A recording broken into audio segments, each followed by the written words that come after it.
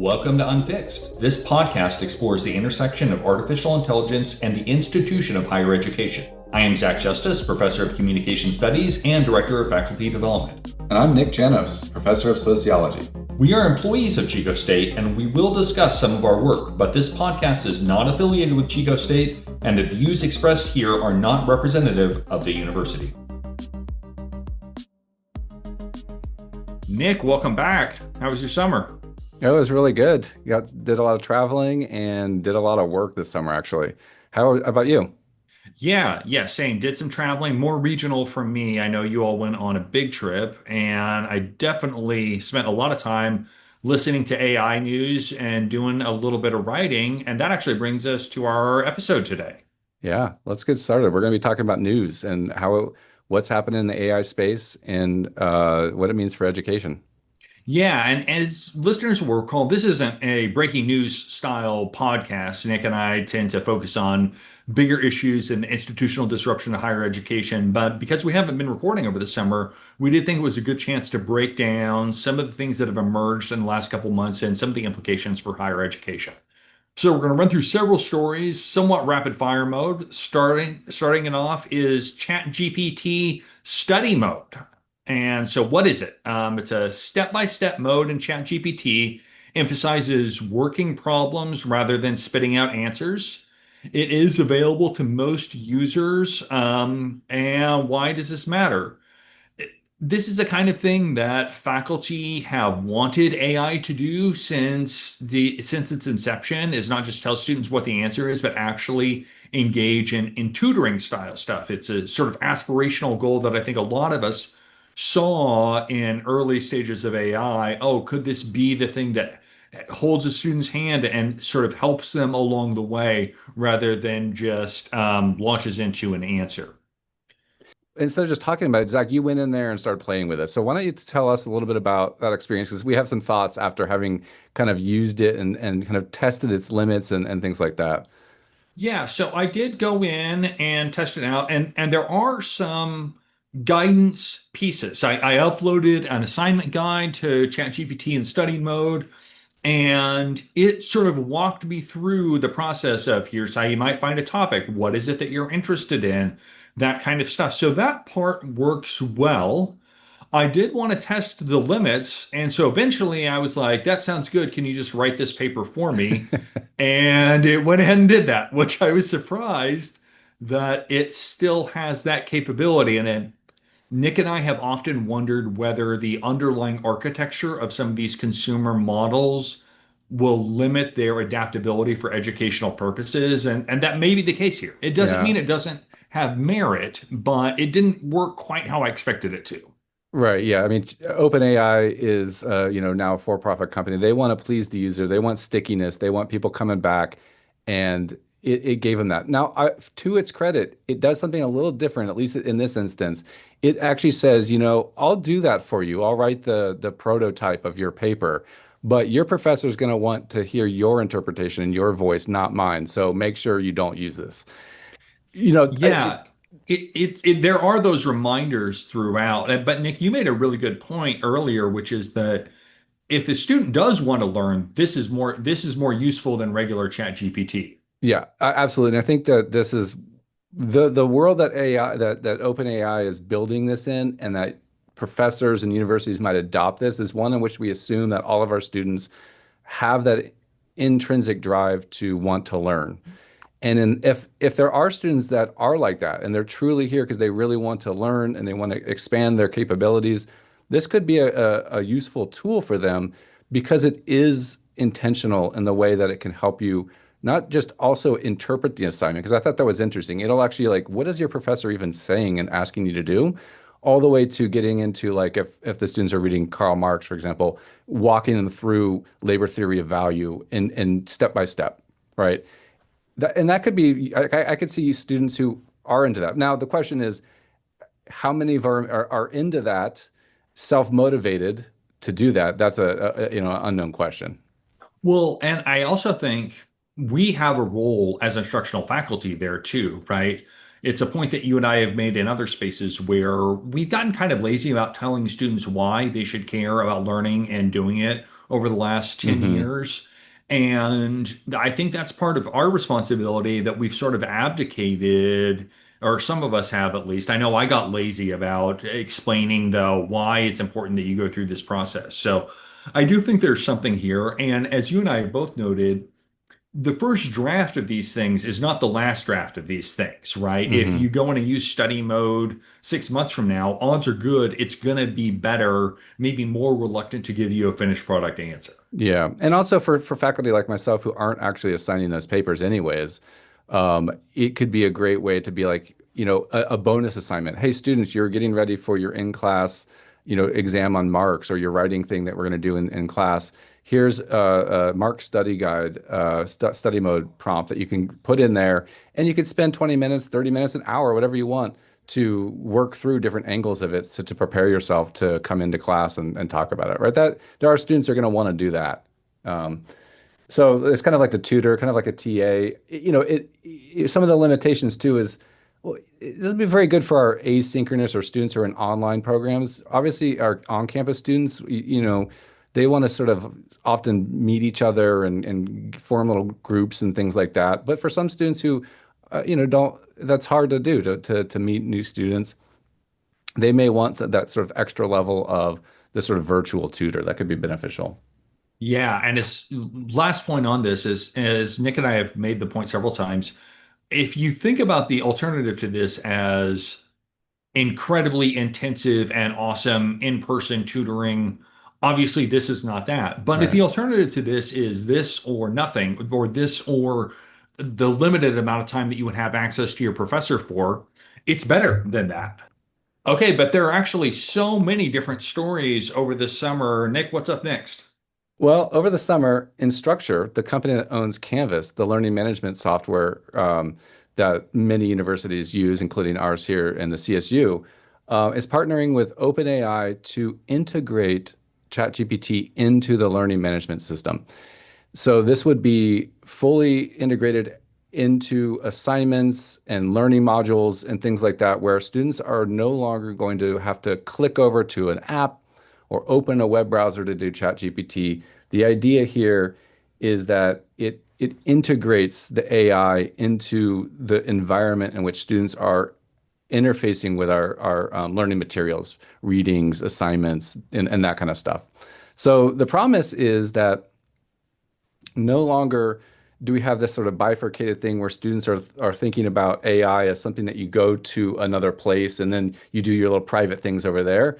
The idea here is that instructors and students can work together in one environment with one chat bot, in this case, ChatGPT, on the actual assignment and don't have to go elsewhere. Yeah, and this does open up some possibilities for being able to track a student's thinking and their work in a different way with those things all integrated into one spot. Man, I remember reading this brilliant article in Inside Higher Ed last year about how AI policies might be obsolete because of integration. Nick, do you remember who wrote that one? Oh, I think that was Justice and Janos. Oh, I think you're right. I think you're right. Those guys are always coming up with great stuff. No, but this is I don't think we anticipated this, but this is the kind of thing that really like blurs those distinctions, but also presents some different possibilities. Nick, can you talk a little bit about how the integration might change the flow of assignments in your classes? Yeah, sure. So, as an aside, or we'll get to this in a little bit, there are reasons that we might be skeptical and critical of this, and we'll talk about that. But when I first heard this as a practicing instructor, I was like, oh, tell me more. Because currently, in many of my classes, I assign AI integrated assignments. So I have an assignment in Canvas, there's a little preamble, then they get to a prompt that I write that they have to copy and then paste into a new chat session in ChatGPT on their device. And that could be the app or the website. So they put that in there, they follow the prompt, and let's say they have to make 7 comments or back and forth or whatever. It's a role play or a Socratic method, whatever they're doing in that instance. Then at the end, I have them get the link to that session, write sort of a self-reflection of what they did and what they learned, and then paste the URL from the chat session and the reflection into Canvas and submit it. So when I grade it, I click on the link, it pops me over to my own ChatGPT window. I read through their chat history. I evaluate whether the questions were, meeting my standards of how I've said it and how many did they do and all that kind of stuff, right? So I verify that they actually did it. And then I read their reflection and I assign them a grade. That's a bunch of, there's always problems, of course, right? Hey, share me your link. And then, 5 out of 30 don't work. And then I have to say, hey, you got to get me this link or I can't grade this thing. So when this announcement came out, just from as a practicing, instructor, I said, you know what, this could be really cool because inside the Canvas assignment, the students could click on to work on that and they could just be doing the chat GPT part there. It helps me monitor what they're doing, how they're doing it. It allows us to kind of reflect on it together and allows them to have that all in one place as a self-contained learning environment. And to me, that seems very beneficial. I'm really excited to try this out in my classes because I think the way I've been doing it is just a little too technologically convoluted for the long haul. Awesome. Really good specific example. All right. And Nick, we also have our next story here, AI agents. I think this is you again. Yeah. So the theme here, if you're not noticing, these last three topics are the increasing capabilities of generative AI and LLMs, and the company's unending pursuit of more sophisticated models, more breadth of the things that they can do, and moving closer to that sort of artificial general intelligence, which we covered in our last week's episode. And this is sort of it could be a big leap and for both positive and negative capacities here. So Microsoft recently announced a sort of education roadmap where they're developing and deploying what they call agents through their co-pilot branding throughout their suite of services that they envision in different capacities can integrate into Canvas and other learning management systems. Essentially, these are not just like chat windows, like what we're just talking about with ChatGPT and Canvas. This is a whole different thing. This is something where you actually have like your own teaching assistant or your own research assistant that's doing asynchronous or synchronous work next to you while you're doing your work, or even when you're not doing your work. And so I think the idea here is that the tasks that you can give these agents could be long workflows that would be bringing together a whole bunch of different aspects of, say, writing a paper or building an infographic. Could be generating sources, articles, images, doing all of these kinds of things, right? And this is also pitched to faculty that imagine us having our own RAs, which I've also written about on the blog, the assistant for the rest of us. But this is a step towards that as well, where you could have something doing this work behind the scenes for you. So with the three ones that we just mentioned, including this one, there is some skepticism seeping into me that in some cases we're actually talking about replacing teaching assistants and research assistants, which we've talked about in this podcast, but even stuff that faculty do, right? And Zach, you actually pointed out maybe one of the more troubling aspects is could a student just automate their work and pass a class? Yeah, I think this does bring up some next level concerns about the integrity of academic programs, especially programs where you're doing a bunch of the work outside of the classroom, whether it's online only or whether a bunch of stuff is done outside of the classroom, where you could anticipate a student with a sophisticated understanding of agents turning an agent loose on a course and literally not interacting with it until they received a letter grade at the end of the semester. And I'm not that sophisticated with any of these programs yet that I could pull something like that off, but you can kind of peek at that around the corner. Yeah. Listeners may be aware that there's already a problem where you have people that are basically running a scam sign up for online classes and register enrollment, not do any work, and then collect financial aid, oftentimes under an alias, and then not ever obviously pay that funding back. And you could certainly see something like this compounding that problem and presenting some other problems with integrity. And in many ways, this is another area that Nick and I have highlighted several times where AI sort of highlights a problem that may have already been there, but maybe wasn't as visible, and then this makes it more visible. Yeah. I do want to just disclose really quick though that in terms of AI agents, I mean, I've incorporated the thinking versions of ChatGPT into my Mhm. workflow as sort of agents or quasi agents for quite some time. And when I'm working on a big project, right, like I have Microsoft Word or Google Docs open in one window, and then the other window is oftentimes ChatGPT in thinking mode where I'm asking it, find me some articles about this. What is the feedback likely going to be on this thing that I just wrote? And then I'll oftentimes set it to that task and then continue working and then come back once it has responses and it's going to tell me what reactions or reviews of this thing that I just wrote or come up with might be. So these are tools that we're using in real time. Yeah, for sure. But it brings up that thing that's pretty obvious is that, it does seem qualitatively different if a faculty PhD is using an agent as a team of researchers to help them do their tasks versus the student. So imagine in graduate school, like if you're a TA, for your, big shot professor, and then somehow you're like have a little bit of money, so you pay five undergrads to kind of do your, literature review for your qualifying exam, right? It's like, no, you'd be like, you got to do that work, right? And Yeah. so we have our undergrads who might be able to sort of offload the reading we've talked, and that's a real problem. Something like Notebook LMs, like dump the PDF in there, give me a summary, and then you could just like write your discussion post and be done with it. But there are some interesting things that you highlighted when we were talking about this offline. Th there is problem areas that could be solved around, say, the student who falls behind. And it's a lot of labor for faculty to help students get caught up. It's often hard for students to understand all the different things that they have missed. And so imagine if there's like a tutor agent that can kind of run with them by assembling a learning plan that does how you could accomplish all your work from the last 3 weeks you missed in a week to meet some standard that the professor and the student agreed upon or something like that, right? That could be extremely useful. Yeah, absolutely. And anybody who spent time in a classroom knows you're always about half your time is dealing with edge cases.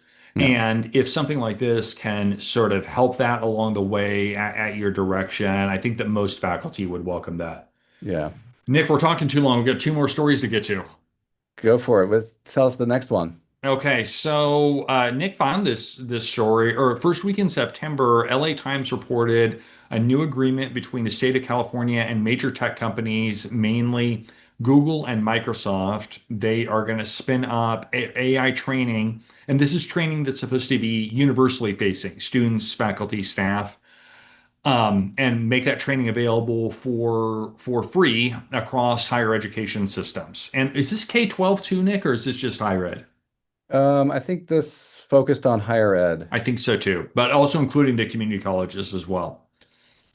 And this continues a trend of these really big partnerships between the state, the CSU's partnership with OpenAI that we've covered before, and oftentimes bringing these folks in to provide additional resources and support for higher education.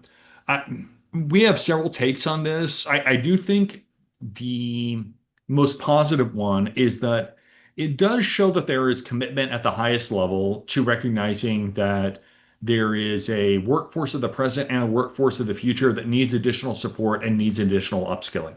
And so it's good to see people at the state level, at the CSU level, recognizing we've got to do something about this to help people out that are in transition.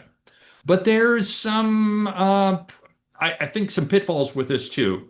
Nick, what comes to mind for you? Well, certainly, for anyone concerned with the growing influence of private companies in public education, this blurs those lines even more. And you kind of wonder who's in the driving seat here around this. what concessions does the CSU give up in these kinds of partnerships? What is it the companies are actually after, and what do they want from these partnerships? Certainly, they want workers. And so I think for people who are concerned about that, and we published a piece on sort of the fight mentality and did a podcast episode on that. I think that this is going to be another flashpoint potentially, especially as they accumulate these corporate public partnerships. I can imagine the CFA, also reacting, and individual faculty being concerned about this. Yeah, and having worked in faculty development and a couple of different iterations for quite a few years here, there is I don't want to say an resistance. There's definitely a different reaction that you get when you're trying to tell faculty, here's something that's going to help in your classroom, versus telling them, here's something that a tech giant made that's going to solve a problem for you. Because sometimes, at least the perception is that that centers the technology rather than teaching and learning in a way that faculty tend to have pretty strong and negative reactions to.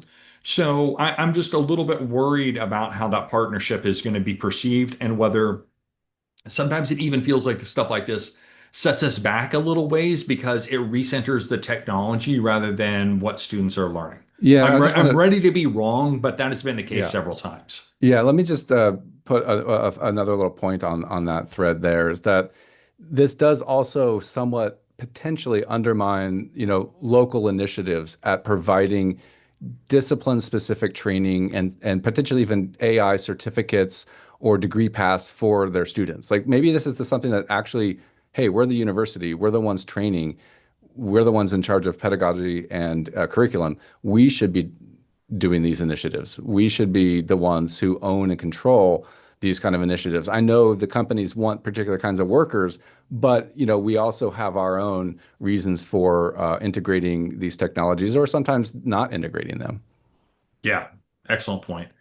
And that brings us to our most bizarre story of the summer. Nick, tell us about Grammarly. Okay, this one I just started laughing when I read this over the summer. I was like, my God. Okay, so Grammarly, the software that helps you write well, basically, is releasing something called AI Grader.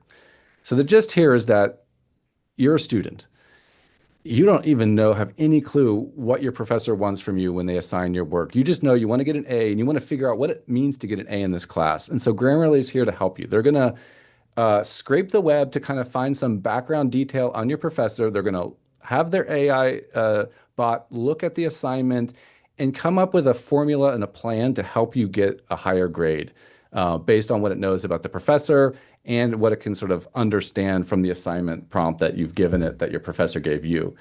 And so this was like, wait, what? I mean, they're scraping like what? Rate my professor, and someone wrote, hard grader. And so it's like Grammarly is like, hey, hard grader coming up. You got to do all these things, right? This one was very bizarre, but I think it's part of Grammarly's, desire to stay relevant and to be in the face of ChatGPT and other LLMs. But yeah, what do you think of this one? It does. It does make me laugh. It makes me think of when you're on like a road trip and Waze or Google Maps tells you there's a speed trap ahead. Yeah. It's just like, watch out, this guy's a jerk. Nick, I had the same reaction you do. I just thought this is so weird and everything. But then when I was reflecting on it, I kind of landed on that same thing that I know we've talked about a lot of times, which is students were basically already doing this, but then they were doing it by talking to their roommates or their teammates from the softball team, or they were going to rate my professor and like piecing stuff together along the way. Mhm. And so, does this just put some like technological heft and internet scraping behind a practice that everyone was already engaged in? I don't know, maybe because as comical as this sounds, I mean, is this just a different version of what's been going on for 100 years? I actually think it is. I think that what we're seeing is, again, to kind of theme that we've talked about already on the show is kind of showing something that's already been happening or some things that are already broken. And what's broken here is students have five professors if they're taking five classes, and every one of those professors have different standards. And every student has anxiety about grades, about what their performance is, and all sorts of other anxieties about their capability. And they're all trying to figure out, how do I do well in this class? And so they are already have been for the whole history of higher education, trying to read the tea leaves. Like, what is it this person actually wants from me? And what we have now is data and AI systems that, when Grammarly puts them together, they're selling the student, hey, we have a better solution to you just kind of guessing what you think your professor wants. We're going to, get you hooked into our product because we've got now the data and the LLM that will actually give you a better shot at knowing what that is. I And it dig actually it. makes me think, Jack, I mean, I struggle with this. I'll just say about myself too, but I think we all do, in some ways, is that designing prompts is really hard and communicating expectations very difficult. And I totally get it from the student perspective that they're like, hey, someone's going to help me finally figure this out. I'm sold. Yeah. So, that is AI news. I do want to end with a little bit of irresponsible speculation. I'm springing this on Nick. I have one piece of speculation about this, and you're welcome to disagree or have your own. But I'm wondering what we think is the next AI higher ed story that is going to drop. And I have a sort of pocket theory about this. Is we had this relationship between CSU and OpenAI where we paid OpenAI a bunch of money. And then we're starting to see some of these companies say, hey, we've got some training stuff for you. Here, have it for free. I think that big tech is rethinking their relationship with higher education. And I think that we're going to start to see stories less about us paying for access, but more like, you know, Elon Musk paying the University of Texas system a couple $1 million to integrate Grok throughout the University of Texas infrastructure, Hmm. where I think that they're starting to see us more as, and especially students, as future customers rather than current clients. Yeah. Oh, that makes me think about the plays of, say, Google and Chromebooks through the K through 12 system, and Apple's ventures in there as well. Absolutely, I agree with that. My little quick irresponsible speculation, going down maybe 5, 10, 15, 20 years, all of these stories that we just covered in this episode really make me a bit concerned again about the future of higher education, because each one of them is a deeper penetration of AI systems into the work that we were hired to do as faculty, that staff were hired to do. And again, the value proposition of the university being undercut. And so, to me, these are all like, and it follows what you were just talking about, the sort of devaluing of the institution, the hollowing it out through the insertion of these technologies, through everything from advising to grading to assignment creation, right? Little grim, but awesome. Thank you for listening. If you're enjoying this podcast, please consider subscribing on your favorite podcast platform so you never miss an episode. You can find our writing on meltsintoair.org and connect with us on Blue Sky at meltsintoair.bsky.social and on LinkedIn, Zach Justice and Nick Janos. Find these links and more in the show notes. If you have feedback or want to share an idea, email us at unfixed@meltsintoair.org. Thank you to Jamie Gunderson for producing and editing the show.